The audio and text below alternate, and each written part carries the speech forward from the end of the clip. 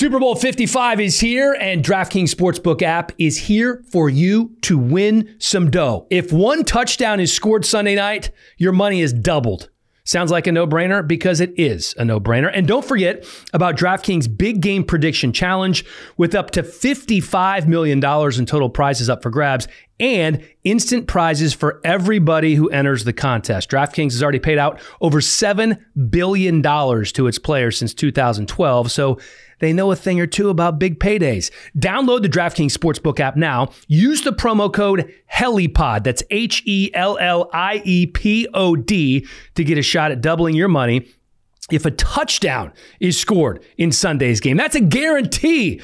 That's promo code HELLIEPOD to get a shot at doubling your money during Sunday's season finale, Super Bowl 55, only at DraftKings Sportsbook. Must be 21 or older. New Jersey, Indiana, or Colorado only. Restrictions apply. See DraftKings.com/prediction-challenge-DFS for details. Gambling problem? Call 1-800-GAMBLER, or in Indiana, 1-800-9-WITH-IT, or in Colorado, 1-800-522-4700.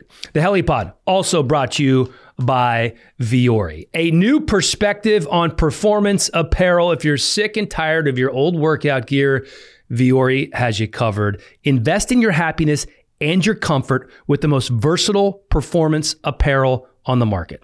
It's soft, it's comfortable, it's cool, and you need to get some. I have joggers, all these new colors out in their joggers. They have some unbelievable core shorts. I was in the Vuori store the other day in Manhattan Beach. I said, what is this material? It's brand new. It's so silky smooth. MJD's wearing a Vuori hoodie right now. Why don't I have it then, Dan? You have everything else. Well, we need to get that new stuff. All right. I'm on the horn to Vuori right now, and you can get yours too for 20% off. VUORI clothing.com/HelliPod for 20% off, plus free shipping on your first order today. Check it out. Look good, feel good, play good. Oh, you gonna take Prime stuff? Yeah, why not? Prime, Prime going crazy down there. Man, Prime's at Jackson State getting it done. Yeah. Living on social media, man. Has another good recruiting class down there. Well, his first good recruiting class down there. Anyway, that's another story. Get your Vuori now. They have been with us since the beginning. We love Vuori. We love you. It is time for the HelliPod with MJD Super Bowl 55 edition, starting right now.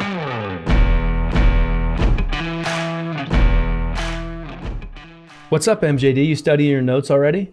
Yeah, I'm just chilling. I'm waiting to get this thing rolling, babe. All right, we're on, babe. First time together in a while, man. You've been down in Florida, getting chiseled. No question. Working out. Bubar's been working at NFL Network. That's right. Getting the grind on. The trio is back together again. Bubar, you pumped for Super Bowl 55, buddy? I'm very pumped. I'm almost hesitant to say this might be looking at it, this might be the best Super Bowl lineup we've ever seen. Everybody's saying that. It's just hyperbole. It's going to be great. It's close. There's been a lot of great Super Bowls. It's the best storylines, you could say. Yeah. I would agree with that. Yep. Listen, the Bucs are the first team to play in their home stadium. Tom Brady trying to become the first athlete in North American sports history to win a title at multiple teams after the age of 41, when the Patriots beat the Rams, of course, and now he's trying to win his second post-40. The Chiefs trying to become the first repeat Super Bowl champ since Brady and the Patriots in 03 and 04. The 15-season drought, the longest in NFL history without a repeat champ. There's a lot going on.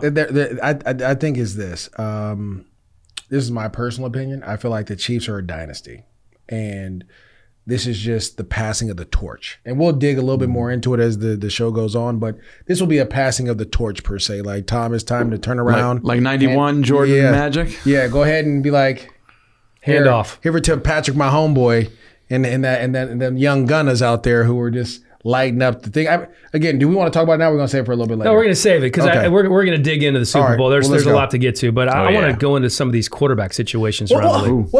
Hold on. We talk about how important the quarterback position is, right? Yeah. And all of a sudden, dudes are finna start getting traded like crazy. I just feel like the Rams are just the most aggressive right now, and we'll talk about it. But there's like 5 or 6 guys that are about to be playing for new teams next year. Oh, there's going to be more than that. You think so? There's going to be over 10. Really? I think there's going to be over 10. We're gonna have to talk about those teams. I don't know 10 that I would be willing to spend the first round on, but I get it. I think there's going to be 10 new starting quarterbacks in the NFL right now is what people are saying. Yep. And I think he's right because when you look at all the teams, there's 12, 13 teams that you can look at and say, they're uber confident in who they have right here, right now. Wouldn't make a change if they feel like they can get an upgrade. And that's what's happening right now. I mean, if you look at this is kind of the Tom Brady and Patrick Mahomes effect on the quarterback. What? It's not the Tom Brady effect. What do you mean? It's the Patrick Mahomes effect. Okay, but Tom, let me tell you why it's a Tom Brady effect as well. Do you think that 5 years ago, a team that just made the playoffs would trade for a 32, soon-to-be 33-year-old Matthew Stafford after 12 years in the league? Yeah. Because now you look at it, you say, because at 32, 33, a lot of times you look at that as, oh man, he might have 1 or 2 years left. No. Now with Tom Brady playing at 43, you say, man, he could have 10 years left. No, Dan. I think you're getting you're exaggerating a little too much. This is the thing. And this is because we're going to talk about the Rams Stafford trade. I'm going to give you a little insight. The Rams believe that they can win a Super Bowl now. They feel like they have the best defense. You have arguably the greatest defender this game has seen in Aaron Donald. Right. Who just changes games anywhere. You have probably the best cover corner in the game. Not probably. I think you do. Yeah. There's other guys like Xavier Howard got 10 picks. Like Ramsey doesn't get picks, but he locks guys down. Sure. Right? So you have that. You have 2 really good receivers.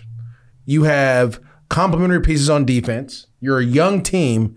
And if you have the quarterback in the right place, you can make it work. Now, Jared Goff took him to the Super Bowl 2 years ago. And I think that's where he maxed out. And from there on, the expectation got so big for him that we expected him to play lights out year after year after year. He just couldn't keep up with it. And that happens. And maybe a change of scenery may help out. But I think with Matthew Stafford, and what happened was Sean McVay, he's human. He saw Aaron Rodgers in this system, right? He's human. He saw RG3 in this system. He's human. And he's like, if I can get something close to that, right?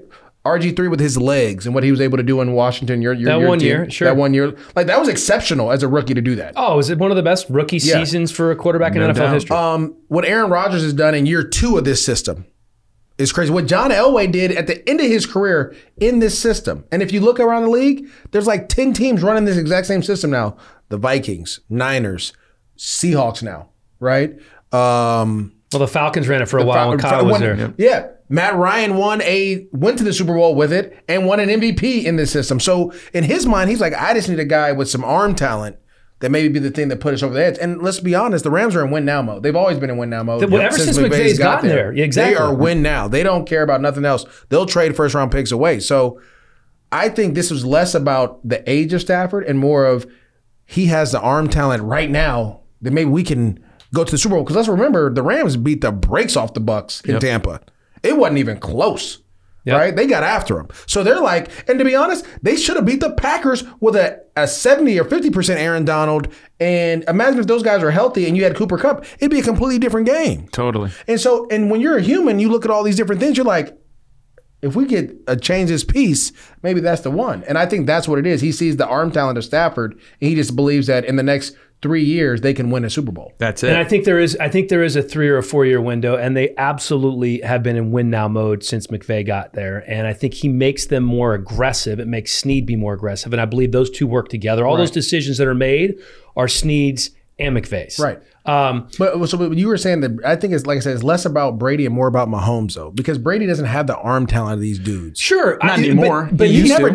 Brady never had the arm talent like that. Let me ask you this question. Have you ever seen Brady throw the ball like this? Not on a sidearm, no. But he don't have the arm talent. Then have you seen Stafford do it? I've seen Brady throw on the run to a double covered Randy Moss in his time. But that was Randy Moss he was throwing the ball to. If you Aaron Rodgers said this on the Pat McAfee show one time. He was like, and it really justified, it clarified why the Rams made this trade. He's talking about Stafford. He was talking about Stafford. He was like the one dude that number 9. He's like the number 9 in Detroit is probably better than all of us. He just don't get the same love. Like Agreed. He does all the throws. He does no look passes. He do all that stuff. And he's been doing it for a long time. He's just been doing it under the radar because they can't win a playoff game. So think about this. Now all of a sudden you get this dude who does all. Now you have your Mahomes, right? Because Mahomes is. Let's be honest. Mahomes changed the game. Yep. And that's why he got $500 million. So now you got your Mahomes. Guess what?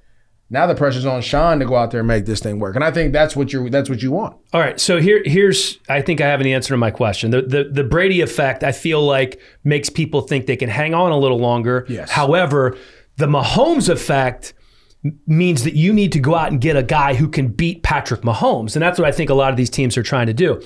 Do you need great, or can good get you there at the quarterback position? We've had this is an ongoing debate for years, but this is also why teams like the Vikings may be willing to part with Kirk Cousins, teams like the 49ers, obviously willing to part ways with Jimmy Garoppolo, and the Raiders with Derek Carr. Things that we want to get into here in a moment. But can you get there with good, or do you have to be great? So the days of having you're going to say Trent Dilfer. No, I'm going to say just a good quarterback, Joe Flacco. Okay. You can have a good Joe Flacco and a good defense. And this is and it really hit me like a couple weeks ago when I started like looking at all these different things after, you started hearing the rumblings of these trades.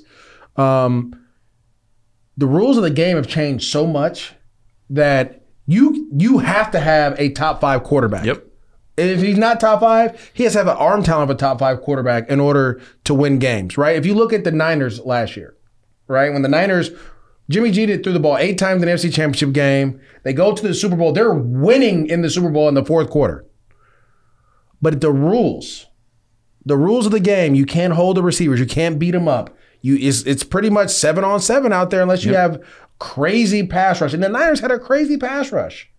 And Mahomes still found a way to win the game. Yep. So that changed everything. Now in my mind, I'm like, I need a dude that can let this, like, whatever our system is, I need a dude that can play within it, but also be better if the play breaks down, right? And that's Stafford, right? And that's some of these other guys. That's Deshaun Watson, right? That's Derek Carr. And so the whole adage of one man's trash is another man's treasure is true in this matter. If you're the Raiders, you don't got no defense. Right? Like, you're going to try to go get Deshaun Watson because he can make all these things up. But guess what? If you're the Colts, Derek Carr may be the saving grace for you.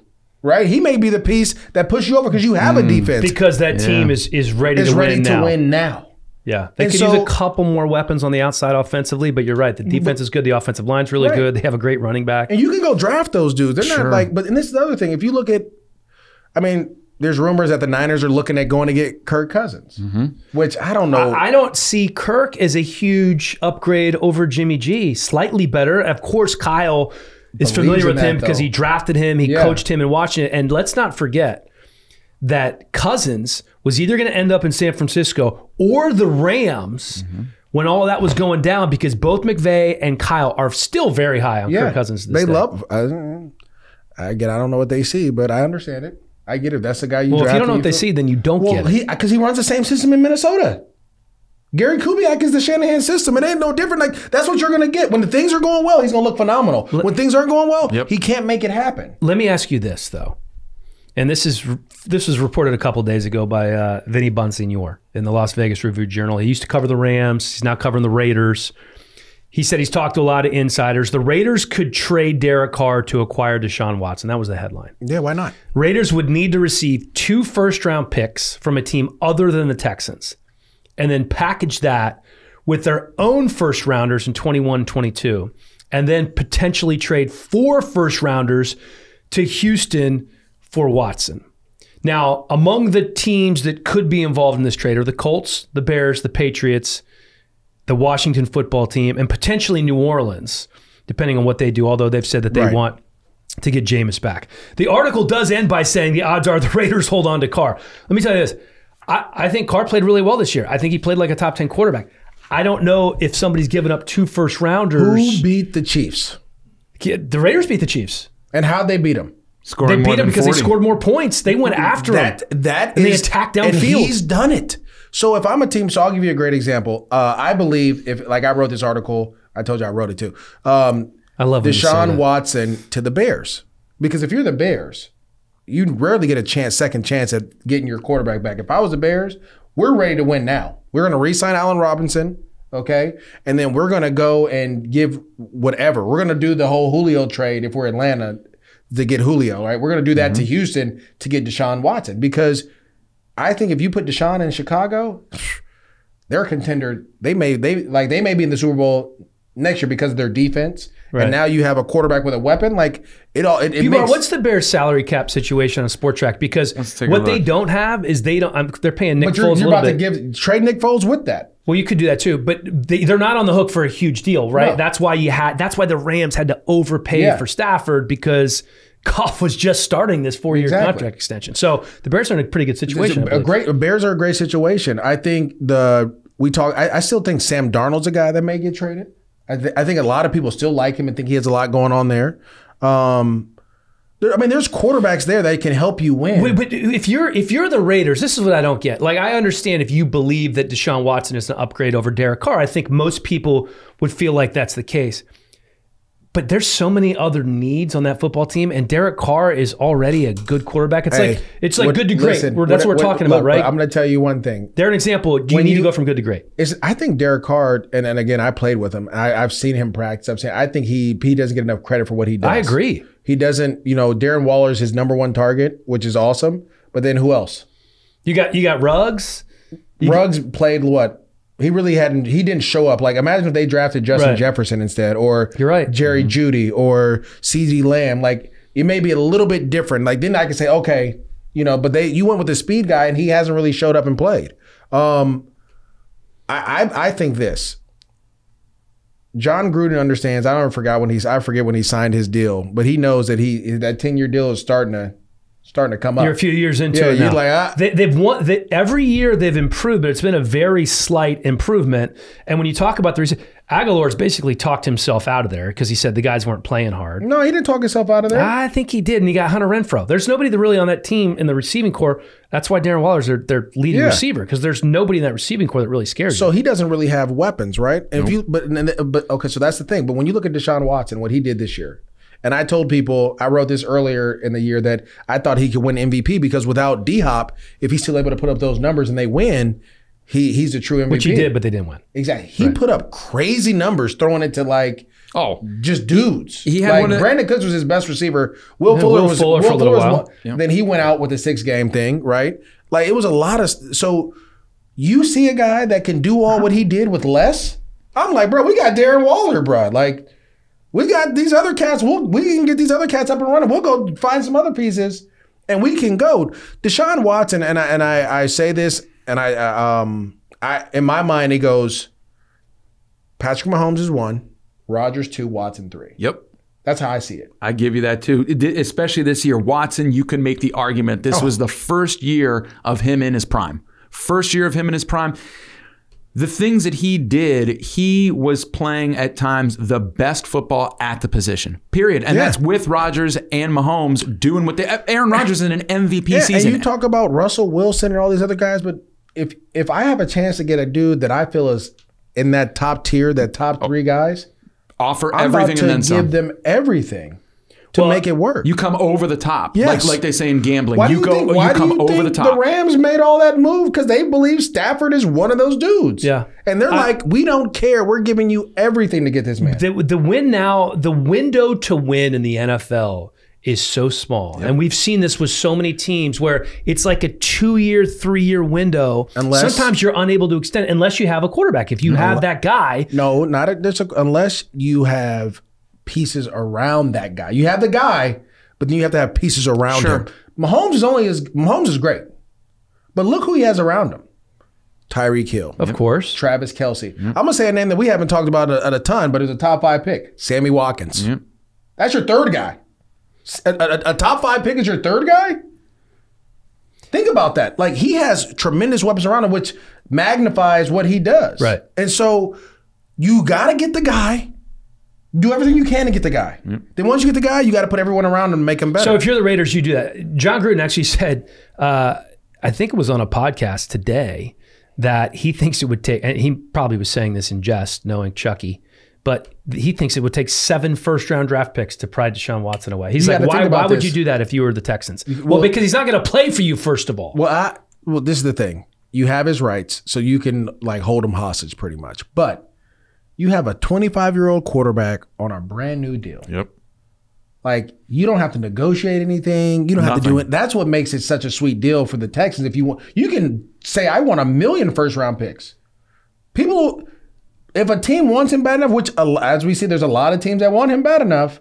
Well, we even talked about the football team. The Washington football team is in that mix too, because guess what? They're in win now mode because they have a great young defense. They do, and all they need is a quarterback. And you go add another weapon on the side of Scary Terry. That's what I was just gonna say. You add one more pass catcher to that, and all of a sudden you're up and running. Like you become a contender. You're the best team in the NFC East now. Yeah, I mean, well, we'll see what Cowboys do when they get healthy. But yeah, but you see what I'm saying? Like, so there's a lot I don't know if all they need is a quarterback, but I think Deshaun Watson, you add him to. You're right. You guys hit it on the head. I mean, they have a few. So, and so that's what when that happens, when you feel that way, and you know this, when you feel like you're a player away, or you're a piece away, or you're this away. You'll what do they say? You'll mortgage the future. You'll mortgage the farm. Mm-hmm. You'll give everything. Okay, so if you're the Raiders, you get it. You would get going after Deshaun to trade Carr, even if it costs you a couple of first round draft picks. Teams are calling the Eagles, according to our friends Ian Rappaport and Mike Garafolo at NFL Network, about Carson Wentz. He signed a 4-year. $128 million extension in June of 19. That look like a lot of money to me now, don't it? So a lot. Initially, that makes the trade seem nearly impossible. But if you trade him before that $10 million roster bonus is due on March 19th, that would give the Eagles a more manageable dead money charge of about $33.8 million on the cap. Colts could be the suitor. Frank Reich, former offensive coordinator for Carson, when they won the Super Bowl there. To me, I guess the Eagles have a little leverage, but in my mind, if I'm in that building, there's no way you can bring him back and Jalen Hurts back. You get as much as you can. And we've already seen that Nick Sirianni, not the most confident dude when it comes to his has he ever called plays? In his coaching career, I'm not sure. We talked about this before, and certainly he wasn't doing that on a regular basis. No, he didn't do that at all in Indianapolis. Right. It wasn't over. He didn't do that at all. Frank Reich called those plays. So what happens a lot of times, and it's the same thing that happened with LaFleur, and I'm not saying ever, but in the preseason games, like McVay would let LaFleur call. I know what does that do for? I call plays too in the preseason game. You know that when I played, they'd be like, Maurice, what plays you? I called actually plays in the regular season game. I've actually went to coach like, hey, coach, we need to run this play because this is what it looks like out there. And I've done that. That doesn't mean I'm a head coach worthy. And when we see this is the thing. Nick Sirianni. Is it as I say it? Sirianni.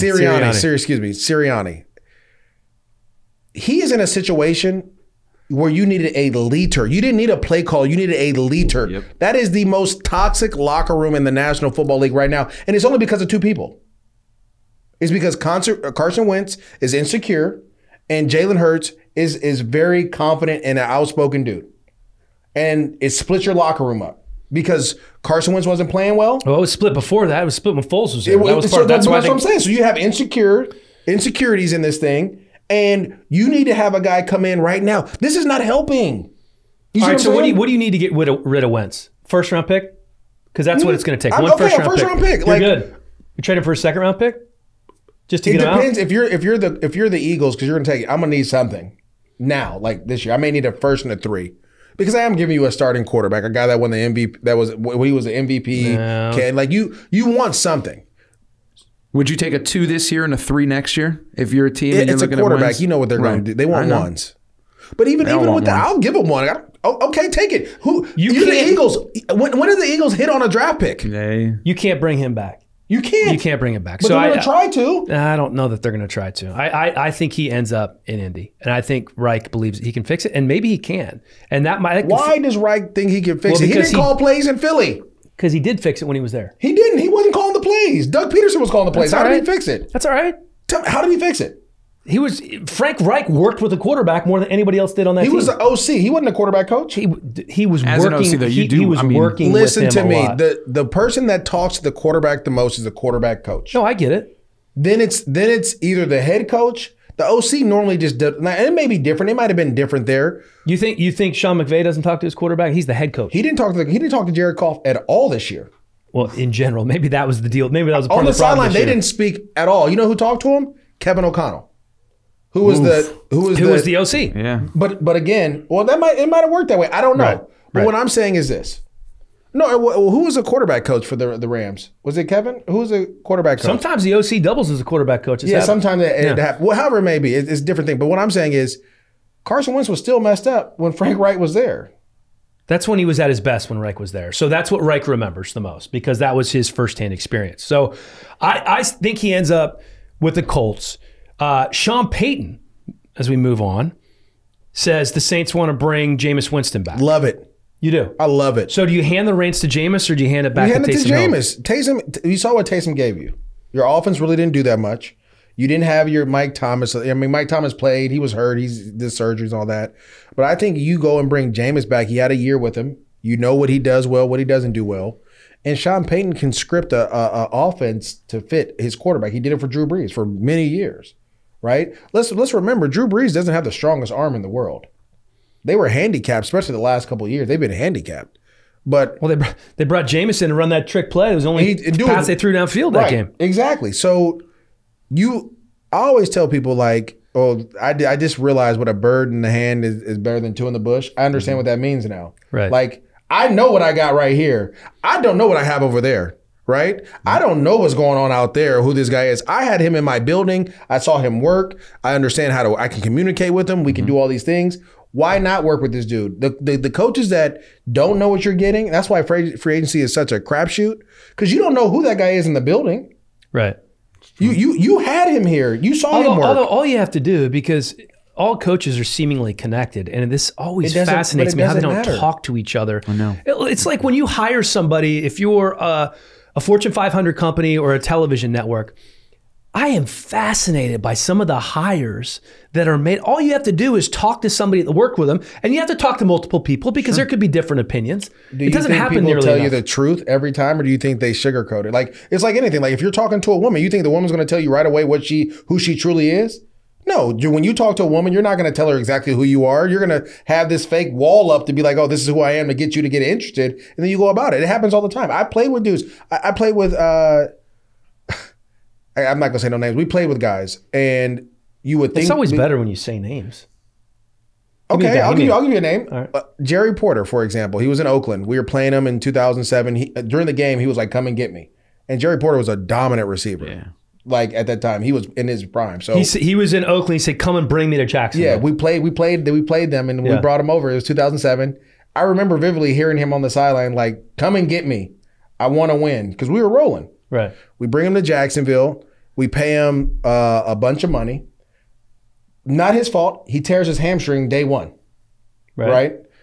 So normally when you tear your hamstring, like if you're hurt in the National Football League, you just don't say anything. Like you just kind of do your rehab and you go on about your day. That wasn't who Jerry was. Jerry, he's a receiver. He's a diva. Right? Randy Moss, he was playing with those dudes. So he's like, it's all about me. And our locker room wasn't built that way. And so how is it all about you if you tear your hamstring? What was he doing? He would just do a lot of different things. Like I'm not going to get into specifics, but he just did a lot of things that rub people the wrong way. And on top of that, he made a lot of money. Right. So you can't have 10 catches and make $10 million in 1 year. Right. That don't work. I don't care what business it is. Like that's $1 million a catch. I'm making 400,000, bro. Like I'm not happy because I got 50 catches or I got 30 catches. Right. So it becomes a dynamic. So when the thing about free agency is they have to match their pay, right? Not only you have to match your pay, your attitude and your work ethic has to match what we're paying you as well, because the locker room is such a real fragile situation. Like it's so many alpha males in there, but it's crazy how fragile it can be if things don't go the right way. And that's why if you're Sean Payton, and Sean Payton said that, he said, we're honest, we're really honest with players, and we talk about it, and we always like have this family atmosphere. I have Jameis, he knows how we work. It's my job now to get Jameis to play lights out because guys see him, they know him. We can make it work. I don't want to go get a Carson Wentz and bring him over here. Right. I don't want to go get a Derek Carr. Because I don't know those guys like that.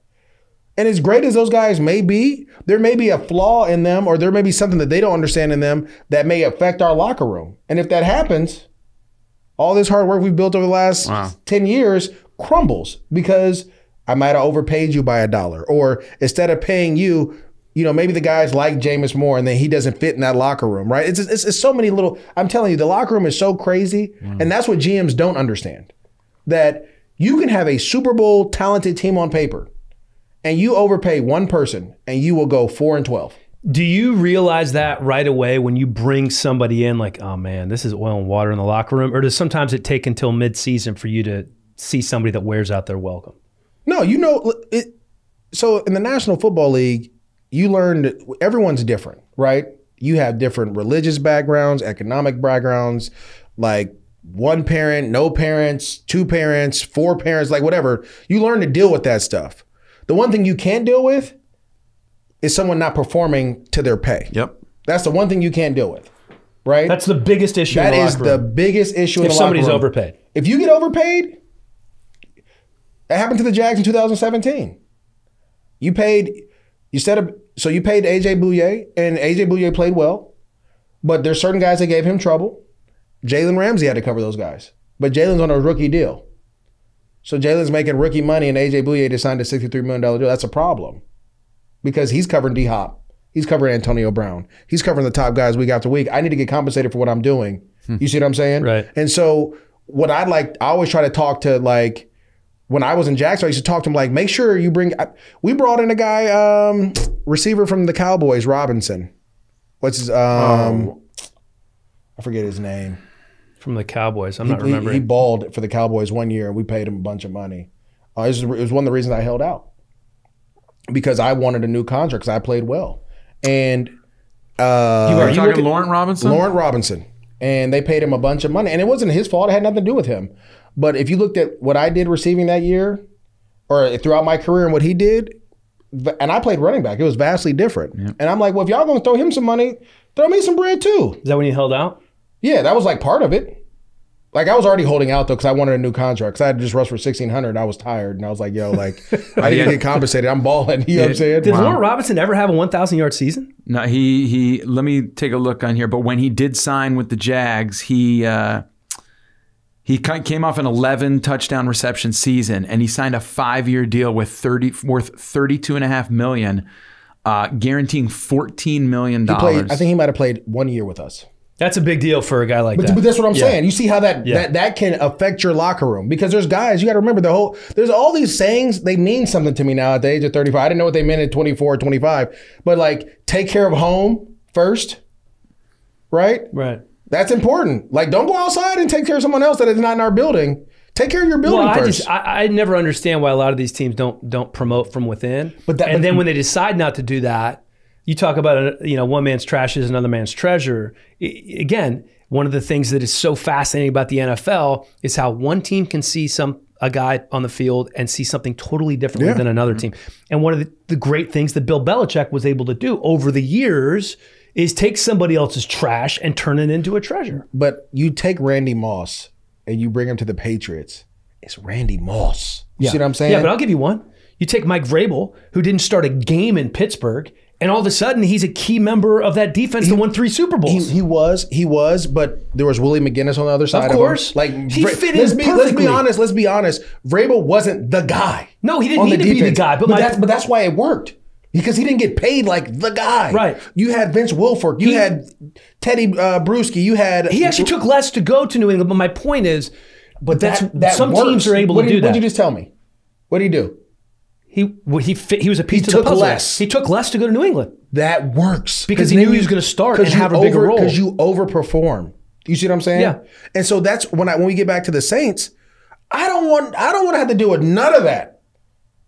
I don't want to have to deal with, do we overpay this guy? Does this guy fit my life? I have Jameis Winston. That is probably the smartest thing that Sean Payton said on Good Morning Football when he said it, was that we like Jameis and we want to bring him back, pretty much. The only thing I wonder about Jameis is you do have Taysom Hill under contract for 1 more year. That's like fine. He can still do Taysom Hill stuff. Yeah. And then you just, I guess you sign Jameis to a shorter deal. 20 mil. All right. So there's so much going on with the quarterback carousel that we're going to be following for a long time. But it is now time to get on to the Super Bowl. Yeah, buddy. Time for a quick timeout to tell you about a few of our sponsors. And we start with Greens Plus, a health food leader since 1989, known for creating the first ever blended green superfood powder and the first company to infuse that green superfood into a bar. The bars, powders, taste great. The most effective way to improve your immunity, detox your body, boost your energy, and get that nutritional insurance that your body deserves. All organic,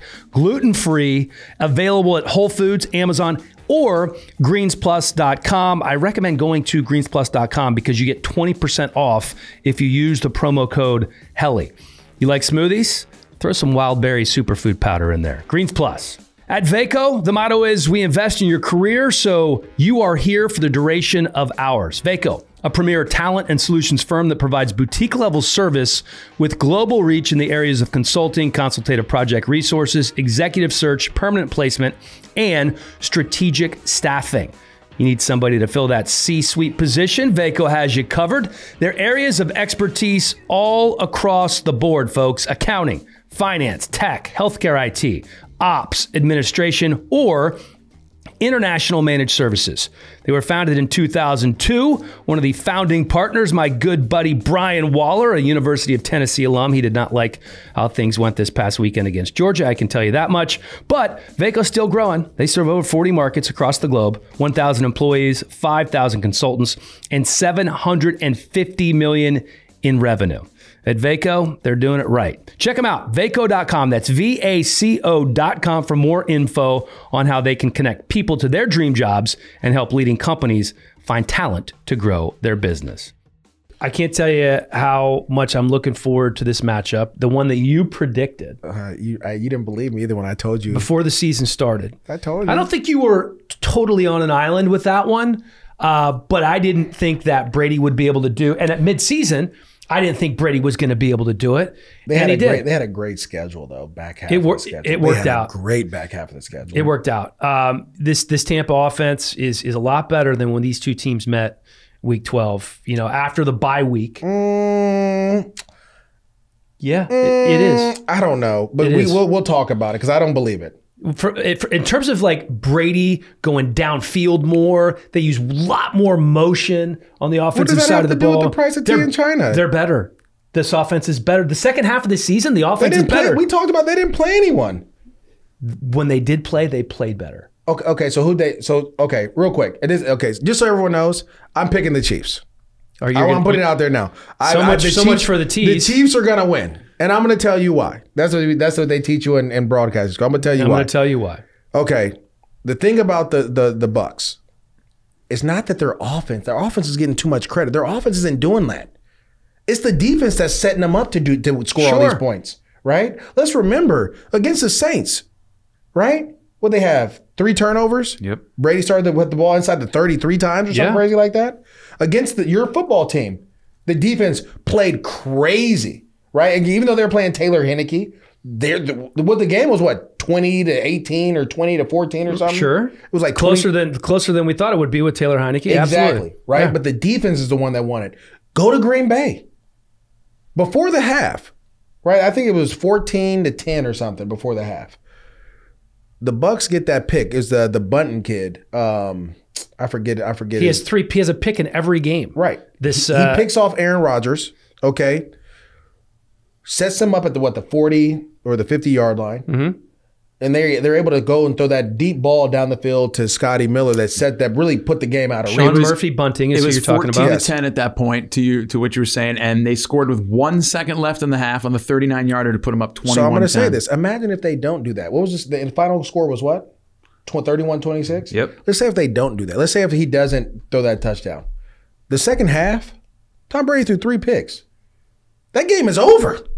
If you don't have that lead going into the half. Sure. You see, but it's the defense that's they got to Aaron Rodgers early, and then once the Packers kind of figured out they started moving the ball, it became a problem, right? And they were turning the ball over. They had such a big lead that it was like in the playoffs, all you're gonna do is shorten the game, right? As soon as I get a tip up, we're gonna run the ball and shorten the game. And so to me, the defense doesn't get enough credit. Now, let me tell you why I believe the Chiefs, right? The Chiefs, for example, played the hottest team in football in the Buffalo Bills. Mm-hmm. Okay? Patrick Mahomes said something, not to me, but in general, that really scared me, but also made me think like, oh my God, we are in a world of trouble with the Chiefs. He said in an interview that people were doubting us because we weren't winning by enough.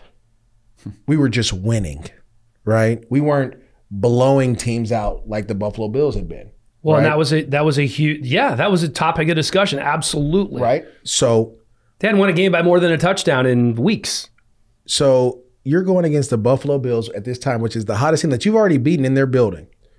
and you go down 9-0. And then all they did was this. He talked to Mecole Hardman, whatever happened, and they ran off, 30 straight points. Mm-hmm. There is no way, like the pressure that offense puts on the opposing team, not just the defense, but the opposing team, because you have to score every time you touch the ball because you don't know when they're going to get hot. The fact that they came down from 24-0 against the Texans last year, like that is pressure on Tom Brady. That's pressure that they've never had to deal with. That's pressure he's never ever had. I've never seen Tom have to deal with where you have to score on every play. Did you see the Super Bowl against the Falcons? That wasn't, but you weren't nervous. The Falcons, they weren't as explosive as the Chiefs. They were up by 27. I'm gonna tell you something. When we played, they were up there. It was 28-3, but it wasn't 27. It was 25. But it's neither here nor there because Matt Ryan did what the Falcons have been doing the last 3 years, right? Getting these huge leads and blowing them. It ain't new. I'm not new to this. Like this is what they do. Yep. But I remember playing the 2007 Patriots, and I remember the pressure it put on us offensively. When they had Randy Moss, Wes Welker, Dante Stallworth, they had all these dudes, Lawrence Maroney, they had Kyle Brady at tight end, they had other tight ends. And the pressure that it puts on you off, like we didn't even talk about their defense in the meeting, in the first part of the meeting. They were like, look, when we get the ball, we got to score points. We can't kick field goals. That's a different type of pressure. It's a different type of execution you have to have every play. The sense of urgency every play you have to have, it puts pressure on you to do that. So does it make you want to just hurry up and get points quickly, or do you do what a lot of people have talked about this week if you're the Bucs, try to chew up clock? Yes, you want every drive to end in a touchdown as opposed to a field goal, but the more time you're out there on the field, the best defense for Tampa is a good offense. No, that doesn't work with them. You can't, because they can score so quickly. They can score so quickly. It doesn't matter. Like the last time they played, Tyreek Hill had 190 yards in the first quarter. You see what I'm saying? Like there's, they can score. I think he had 203 yards in the first quarter. They can score at a clip. They can score so fast, like in one play. Did you see the play against the Bills where they just threw a little slant to Tyreek Hill and he's 70 yards out? Like that is what makes it hard on teams. And so, like I said, I remember playing the 2007 Patriots when we were like, we're going to play cover 2, we're going to run the ball, and we're going to do this, and we lost by like 30. Like, because if you don't score, if you don't put the ball in the end zone, toast. The only way you can beat them is if you make them feel uncomfortable. Well, and the only way you can do that is if you score 40 points. Let me ask you this, because Tyreek Hill is the best deep threat, take the top off a defense wide receiver that I think I've ever seen since Randy Moss in his prime. The dude is absolutely unbelievable. And the Bucs couldn't cover him, right? Carlton Davis gave up 8 catches for 204 yards and all 3 of those touchdowns when he was covering Tyreek. And this is a guy, by the way, he's their number 1 cornerback for the Bucs, Carlton Davis. This is a guy who held Michael Thomas to 5 catches for 42 yards in 2 games. He held Devontae Adams to 7 catches for 64 yards in 2 games combined, right? Mahomes is the engine for this offense, but Tyreek is the key. So, and then you bring in Kelce because he can go. I wouldn't say Tyreek is the key. I think Kelce's the key, but go ahead. Okay, so this is my question. That's why they're such a great combination together. Who's the third person I told you about that we haven't talked about Sammy? yet? What did Sammy do in the Super Bowl last year? No, he came up huge. That's what I'm saying. Like the problem is, and this is how do you defend it? You have to be aggressive. You have to try to hit Mahomes. That's the only way to stop it. So if you're the Bucs, you're gonna blitz like crazy. That's true. And you're just gonna be like, we're gonna be aggressive, and we'd rather them score in one play than to just go down the field. We're gonna blitz. We're gonna try to hit Mahomes. Hopefully we get a tip pass and we can catch it. Like that's how you have to be so aggressive, and that's why this may work because that's how Bruce Arians is. He's like, we're gonna be aggressive, risk it, no biscuit, right?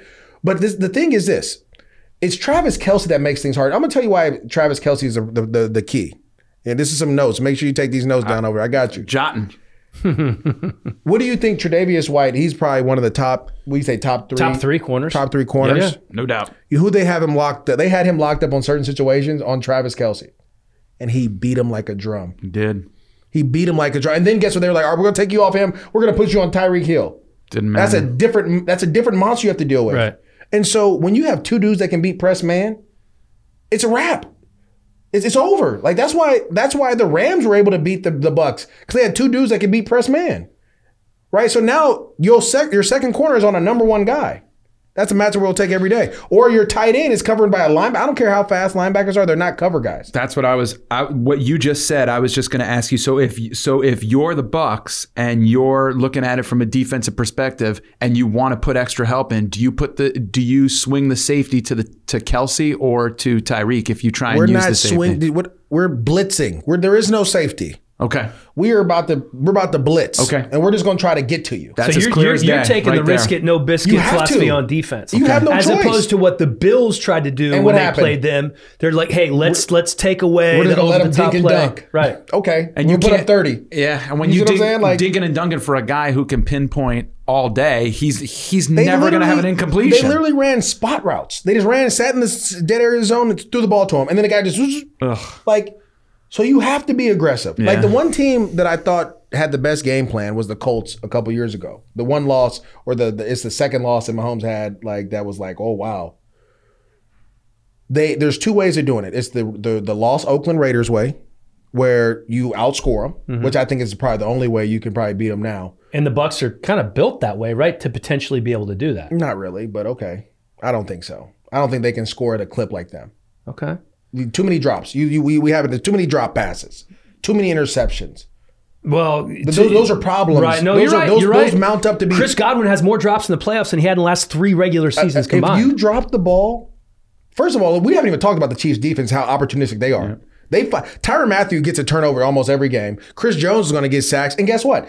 I want to say this is the second or third game that whole secondary has been together all year. Yep.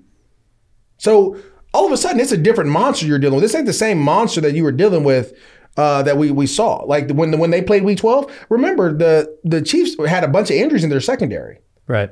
So you have anyways, at the end of the day, I mean, I'm saying all this to say that the pressure that this offense puts on opposing teams, special teams. Let's talk about special teams. Let your kicker mess around and just miss a kick. Like that happened against the Bills, right? He missed the extra point. 30 points. Like you have to have your foot on the gas the whole time. You have to have the energy and the fuel to do it for 60 minutes. One of the reasons this offense, in my mind, is so successful is like it's so multiple. Oh. Look at where they put Tyreek, right? Mm-hmm. He'll line up in the left slot half the time, right slot half the time. He'll be wide. Listen to these numbers. This is during the regular season. This is how they deployed Tyreek all over the field. Left slot 290 times, right slot 268, wide left 218, wide right 206, and line him up in the backfield 16 times. He's everywhere. And I don't think you obviously, I was listening to Baldy the other day on a podcast, and he was asked how you would defend the Chiefs offense and Tyreek specifically. He said, I would have a free safety follow Tyreek around everywhere. Just you're shadowing him, and then you obviously have somebody else there. And then I would bracket Kelsey on every play with a linebacker and somebody else. Somebody's going to be open, whether it's McCole Hardman. Who's the third dude? I didn't even say McCole Hardman. Who's the third dude I told you about? Sammy Watkins. Sammy. He's a top 5 pick, man. Like we forget that Sammy had 13 or 15 touchdowns with the Rams when he came and played with the Rams. He hasn't performed like a top 5 pick throughout his career, but yeah, he's certainly dangerous. Do you out remember there. last year in the AFC Championship game against the Titans? Mahomes was rolling to the right, and Sammy Watkins goes to the post, and he just flips the ball to him. And he outran. And remember, the Titans defense, at that point, they were like oh my God, this is the new thing. Right. Sammy Watkins still has ability. In the Super Bowl, beats Richard Sherman down the thing for a go route. Like, he still has the ability to do it. So if you're going to put your third corner on him, go ahead. And then let's also not forget they will hopefully have Demarcus Robinson back. He as long as he continues to test negative, he's going to be able to rejoin the team Friday. And he has scored in this playoff run already this year. I mean, he has shown that when he comes in, he doesn't get a lot of looks, but when they do look to him, he's quite reliable, no doubt. This is the other thing. The reason you want to blitz is because they have O-line issues. Huge. So you want to get to him as much. That is, I'm saying this because, when you say things like this, 9 out of 10 times the Bucs will win, but that is the only way that they're going to beat them, is if they can get to Mahomes as much as possible. When the 2007 Patriots, who I would equate, I think they're the same team. Right, this Chiefs team and the 2007 Patriots, how they lose to the Giants in the Super Bowl? Well, they lost in the helmet catch, and then no, it wasn't the helmet catch. They were smacking Brady every time he dropped back. They sacked him 5 times. He was getting stuck, sure. even if he threw the ball. But they needed magic to happen to win that game. Magic, no question. You're gonna need some magic for sure. But I'm saying you got magic because you were hitting Brady constantly. They moved him off the spot. Absolutely. You held him to 14 points. That team had been held to 14 points I don't know how long. You know what else that game? Brady didn't complete a single pass over 20 yards in that game. You see what I'm saying? Who was the defensive coordinator in that game? It's the one that's for the Chiefs. Yeah. I keep trying to tell you, like, all these things, like, I'm sitting back like, oh my goodness. And this is the other part about the Chiefs, and this goes back to the coaching thing. Do you know this is going to be the third year in a row that they've had the same 3 coordinators? Yep. The third year in a row. Yeah, Spags and EB and their special teams coach. By the that way, is called consistency. Right. That is a dynasty. Yep. With that O-line concern that you were saying, I mean, they're going to be without Eric Fisher. We know that. Yesterday, Remmers with his groin injury did have a full practice, but you know, if they have a setback during the week, that could be a second guy. Kilgore, even though he's the center, but he still gets in the rotation, and he might come back if he tests negative for the rest of this week. And Schwartz is out too. He can rejoin on Saturday. So Schwartz is out, and you got Fisher out. So you're already going to have 2 guys out. And your 2 bookend tackles. Correct. So and Schwartz has been out since week 6, though. He's been out for a while, so they're used to that. And here's to your point. And I think this is what you were saying was, if they have one injury, that's it on the offensive line. Yep. That is going to be a bullseye. Absolutely. A bullseye for that Bucs defense. And to the point of blitzing. They can't afford any more injuries. It's already patchwork as it can be. That's it. Heat them up. If I'm the Bucs, I'm going to the first meeting, I'm going to be like, listen, you corners, you guys are on the island. Like, we may have a safety back there every now and then, but we're sending the house. Good luck. We're rushing Good 5. luck on that island. We're rushing with 5. Tyreek. We're rushing 6. We're bringing all time. We're not playing zone pressure either. The one guy we're playing man pressure. The one guy you want to see at least practice this week is JPP. You know, with that knee, he hasn't been practicing. You get him back up and practicing. We are blitzing like crazy. He's going to be, and remember, Vita Vea is back. Yep. He only played half the snaps in the NFC Championship game, but the 2 weeks has allowed his ankle to heal a little bit. You have Levante, the run defense is stacked. So like, if you're Kansas City, you're going to run the ball. Last time they played, and by the way, they were leading the vast majority of the game. They ran 70 plays. They ran 20 times. Yeah. Okay, so that's they're a lot of times. And not only that's a lot for them, but they're probably going to run 15 times this game. They're going to use the screen game as effectively as they do the run game. And of those 20 runs that they had, Mahomes had 4 of them. Clyde Edwards-Helaire had 11 carries, and Le'Veon had 5 in that game. So, I mean, 16 just for the running back position. So I totally agree. You're going to see it right along that same way, right along that same line. Mahomes will still get some scrambles and still get some design rush. If I'm the Chiefs, because Todd Bowles is going to be Todd Bowles. Hell yeah. Meaning that he's going to be aggressive. He's going to be aggressive. He's going to play press man. He's going to challenge you at the line of scrimmage. Going to bring it. If I'm the Chiefs, this is what they call an air raid. We are throwing the ball 30 yards down the field almost every time. I do motion air raid. The way that they motion Tyreek behind the line of scrimmage, but the way they motion all of their players, forget Tyreek, they motion all of them. And that pre-snap movement could be key for them to stay aggressive all game. Let me say this too. This is going to be the most neutral Super Bowl that has ever been. I remember being in Atlanta when the Rams played the Patriots. It was 75, 80% Patriots, other Rams and whatever people. Because of COVID, right? Because the Chiefs are treating this like a regular season game. They're flying down Saturday, leaving Sunday. Because they went down there and they won in this situation already, and because they've already been in the Super Bowl. This is why I think it's going to be the most neutral. Now, the problem is the Bucs have never been in the Super Bowl. Only 2 of them, right? Only 2 of those guys. I'm talking about the players, the Bucs, players, right? So I'll give you a great example. When they won the NFC Championship game, do you see the video of Mike Evans like going into the locker room? They're like, hey, no, Mike, we got to do this presentation. Like, the dude had they to come have and tell never him. done this before. So that may be shock and awe to them.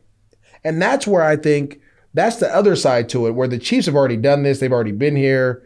They've already been successful in this. And then Andy Reid saying, we're going to come down on Saturday, leave right after the game. That, it just like that to me, I kind of put that in there as well, where the Bucs players, like you hear Levante David, he's like, I've been in the league 9 years, man. I don't know I don't know if I'm ever going to get back here. So I'm going to soak all this in. The Chiefs aren't talking like that. Right. You see, does that? Yeah, but there's not as much to soak in this year. You're doing everything via Zoom. But it's like different guys are getting interviewed. Like Ronald Jones is getting interviewed. He's never really been interviewed like that. Leonard Fournette's getting interviewed. He's never really been interviewed like that. Cameron Brate is getting camera time. Yeah, like guys that don't get it, that is different, man. Everybody don't got the blue eyes, blonde hair like you, right? We got to work harder for it. You got to work a little bit harder for it. So get side hustles. Right. You got a ball, right? So guys that there's different storylines like, oh, we're running the ball. And like even LaShawn McCoy's getting a lot, even though LaShawn was with the Chiefs last year, right? Right. He was inactive. He was inactive in the Super Bowl. Yeah, I don't know if he'll be active or inactive in this game, but there's a lot of different things that guys, right, that go into these storylines that we don't talk about. The biggest one I think is the Bucs being their first time there. This is Arians as a head coach. This is his first time too, right? Mm-hmm. But he was there, I believe, as a coordinator with the Steelers. I think it was in 2008. Yeah. And I think too that having a guy like Brady and having Gronk, guys that have been there multiple times before, the guys you can lean on and say, what do you do here? What do you do there? How do you deal with this? But I think the entire week is just different. And the fact that they're in their backyard for the Bucs, that's different too. That's very different, but to their advantage, right? Because they're not on the road. Why? You're at home.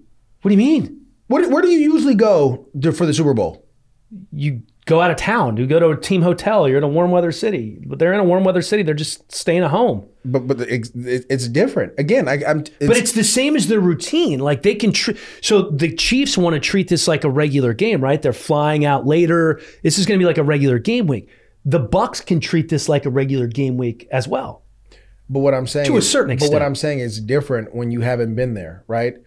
I'm gonna give you. I'm gonna give you. Let me give you. Look at how many guys on the Bucs have. It's not even about that. If you've never been to the Super Bowl, if you've never been successful in life, and you have a little bit of success, right? People look at you differently. Sure. Right. You may not. Your routine, as much as you want to do it, you're getting phone calls. Parents. Like Brady said, my family left. This is the most time I've ever had in my life. People are acting different. You see what I'm saying? Right. Some players may have family in. Some players may have other people in. You see what I'm saying? Like it's just different. And if you're not used to this, which again, I said this is why I think the Chiefs have the advantage, is because they've been here before and they've done it. If you're not used to that, guess what? All of a sudden, it's like you're doing things that are outside of your routine as a player. Maybe you get massages on Tuesday at 3:00, but I got some family in town. We're going to go to dinner, so I'm going to move it to 2. Don't do that. Because your body is your root. You're a creature of habit. Your body is used to certain things. Like it's crazy. I promise you, when I tell you that, I remember when I retired, every August for like 3 years in a row, my ankles, my shoulder, and my knees would hurt. Because that's what they did when I did training camp. Because that's what my body was used to. It's August. And it would come back around. I would start to feel, I start limping. People are like, what's wrong with you? Like, why are you limping? Like, I don't know. My body would hurt because in August, that's what my body did. So if you have a routine throughout the whole 20 weeks, right, that you've been doing, and then all of a sudden you tweak that routine. Well, and that's what the great ones always say is try to keep your routine. I remember, listen to Troy Aikman. I don't remember what podcast it was on or whatever, but he said that Peyton Manning called him when he got to his first Super Bowl and said, tell me about how you did this. How did you deal with this? And he said, I tried to keep everything exactly the same as I did during the week. And I would stay in the team hotel. I would watch film. I wasn't going out. I wasn't taking part in these activities. I wanted to have a routine. And that's what the good ones do, to your point. But experience is what dictates that, right? Exactly. And to that point of having some Super Bowl experience, as we were just touching on, only 6 players on the Buccaneers roster have Super Bowl experience. This will be Brady's 10th, as we know. This will be Gronkowski's 5th. The other players are Shaq Barrett, Antonio Brown, and Ndamukong Suh, and Jason Pierre-Paul. That's it. And LaShawn McCoy.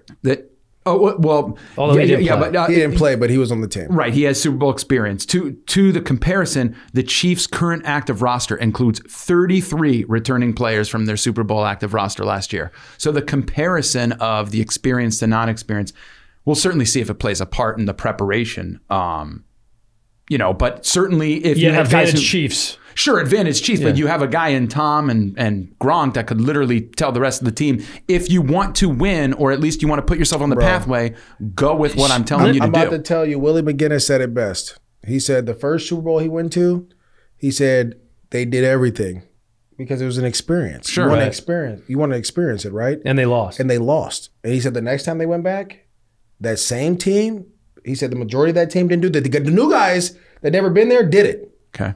But everyone else kind of stayed and they won. And that's the difference. Yep. You want to experience those things. Like, that's what I'm saying. The Chiefs, they've all won. They all did it together. It's the same team. They got a couple rookies that may be doing different things, but other than that, majority of these dudes are the same. Yep. All right, I want to get, we know that you're picking Kansas City, so No we'll get to that question. in just a minute. But give me a guy, I don't want to say necessarily an under-the-radar guy, but give me a non-quarterback. I just told you. Who? Sammy Watkins. Okay, so Sammy's your guy. Sammy He's is an my- under-the-radar guy that you think is going to step up. I think Sammy, again, let's say if they do what Baldy said, they bracket Kelsey, they put a safety over Tyreek Hill, then you're going to give one-on-one to Sammy Watkins. Okay. And to me, that is a problem.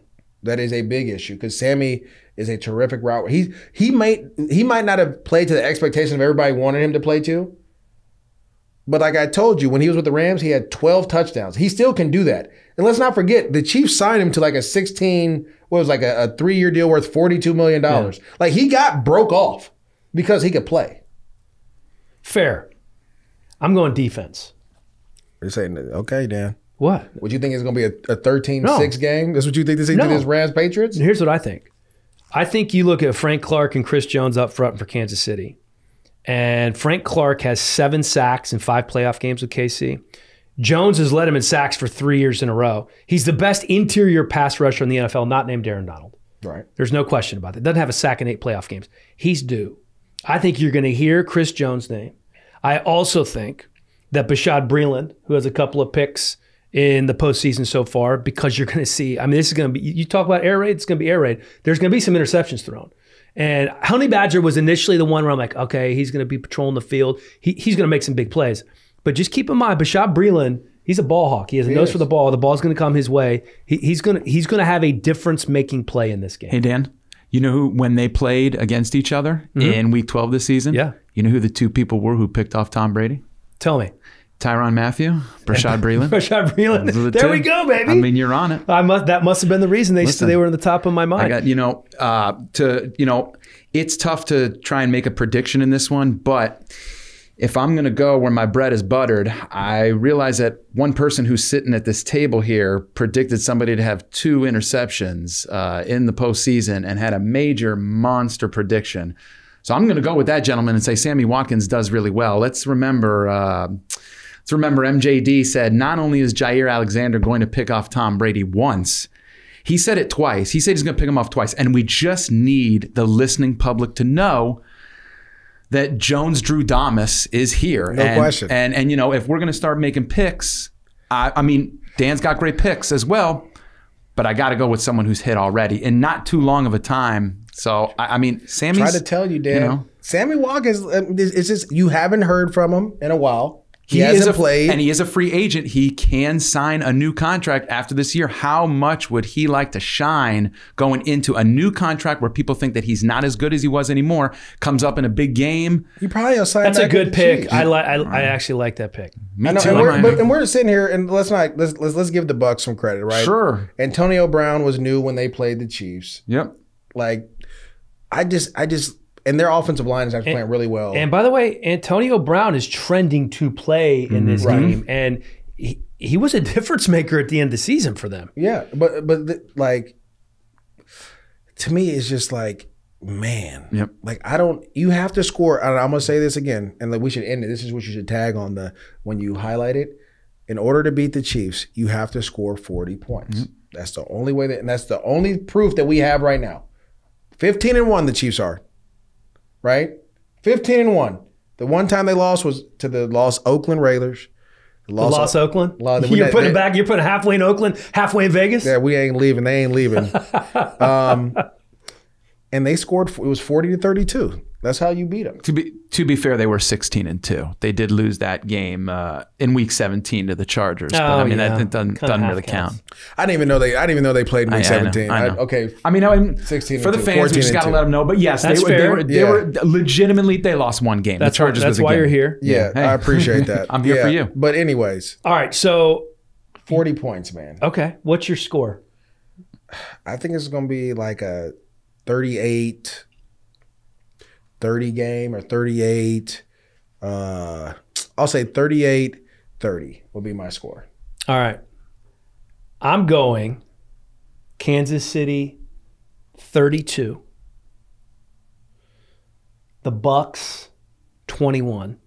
Oh, wow. And I think it's going to be under the total, which right now is 56 and a half. And here's why. Because I think the Bucks defense is going to keep that game low. I think that lower than expected. I think that teams get off to slow starts in the Super Bowls. Over the past 18 years, only 3 title games have had more than 10 points in the first quarter. 3 of the past 6 Super Bowls didn't have any points in the first quarter. So I think you're going to see a slow start here. And in terms of winning the game, it doesn't matter if Bucks go up 14-0 early. It don't. Because Mahomes is unfazed, as you talked about earlier, and the stats bear it out. When they don't score first, he still wins it at 80% clip, which is more than any other quarterback in the NFL. I think someone said he hasn't lost a game since high school or something by 1 score or something like or maybe college was the last time he lost by double. Well, definitely college because they didn't win a whole lot of Texas Tech. But it was a double. Like they would lose games by 1 possession though. It wasn't like they were getting blown out. It was like 1 possession games that they were losing. So there's a reason Cliff Kingsbury got fired. So I don't know if that's accurate.